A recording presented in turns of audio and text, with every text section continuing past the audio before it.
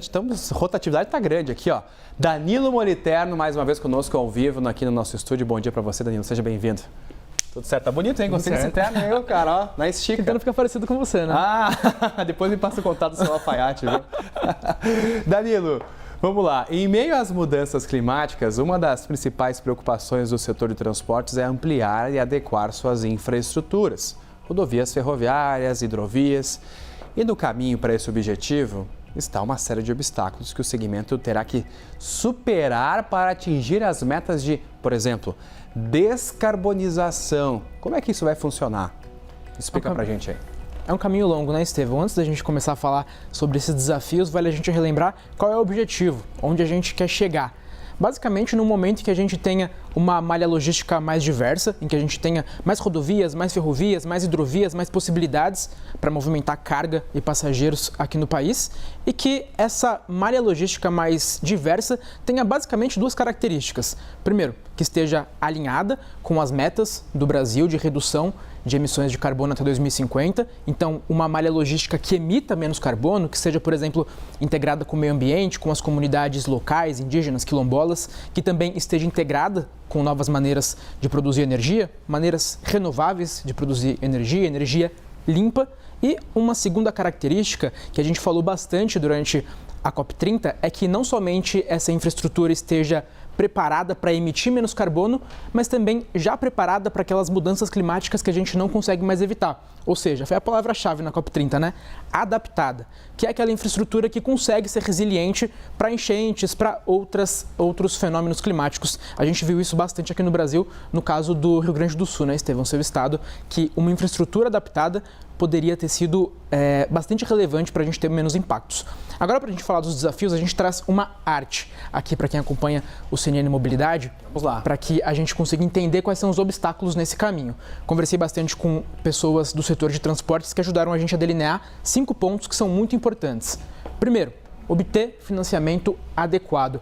A gente sabe que essas obras elas podem ser até mais caras no início, que muitas vezes você precisa, em uma infraestrutura, construir um dique, você precisa elevar uma estrada, elevar uma ponte, você precisa fazer um mecanismo de drenagem que seja mais eficiente e para isso muitas vezes é necessário colocar mais dinheiro.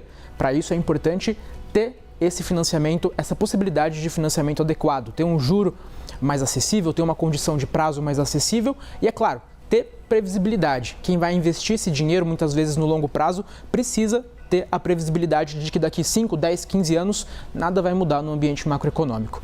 Segundo, incorporar tecnologia. A gente sabe que é muito difícil a gente ter uma infraestrutura adaptada sem ter bastante tecnologia, sem ter um sensor de inundação que monitora o volume do rio, sem ter, por exemplo, uma previsão meteorológica que seja bastante precisa. Então, antecipar as ações, né? Exatamente. É importante ter tecnologia, ter dado envolvido.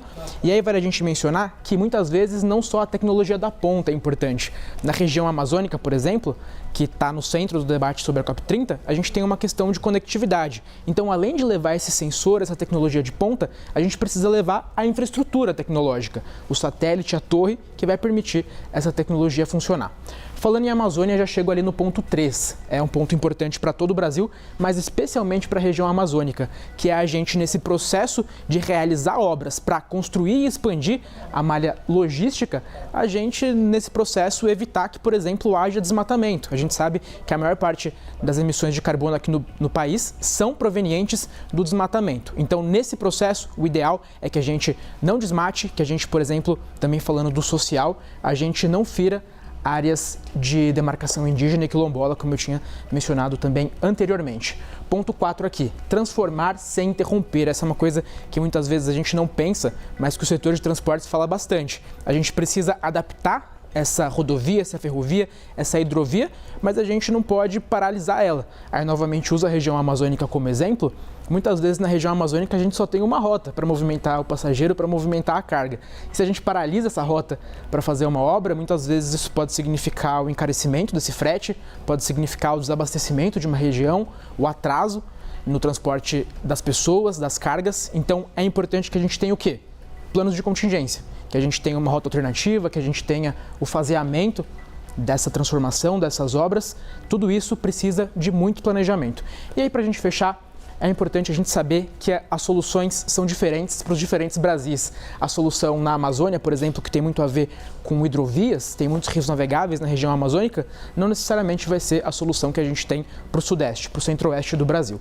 E aí, para a gente fechar, uma última informação, o que o setor fala sobre esses desafios, que a chave para a gente desbloquear todos eles está na cooperação entre o privado, que tem o dinheiro para investir, e o público, que pode regulamentar para fazer tudo isso ficar muito mais fácil.